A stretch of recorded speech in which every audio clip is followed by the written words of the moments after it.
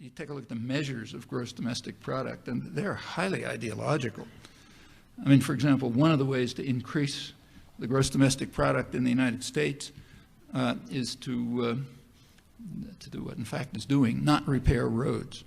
If you don't repair roads, and you have a lot of potholes all over the place, that means when cars drive, they get smashed up, and that means you got to buy a new car, or you have to go to a mechanic and get them to fix it, and so on. All of that increases the gross domestic product.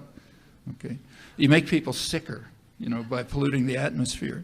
That increases the gross domestic product because they have to go to the hospital and you have to pay doctors and you have to have drugs and so on. In fact, what increases the gross domestic product has almost nothing to do with, well, I mean, something, but it's not a measure of, you know, welfare in any meaningful sense.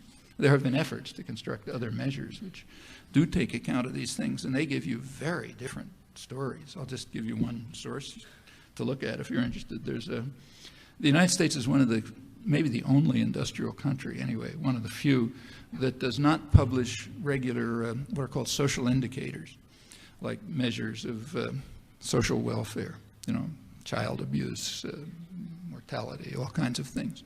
Most countries do it. Every year they have a social indicator measure.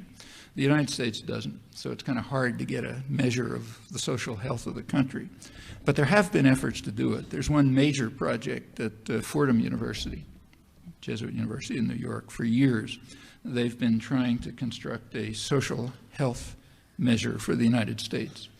They just came out a couple of months ago with the last volume, and it's interesting stuff. According to their analyses of the kinds of measures of the sort I mentioned,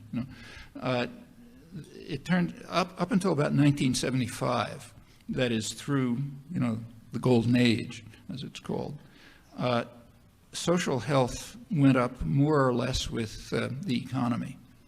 So it kind of tracked the economy. As that got better, social health got better. From 1975, they've diverged. The economy has continued to grow, even though more slowly than before, but social health has declined.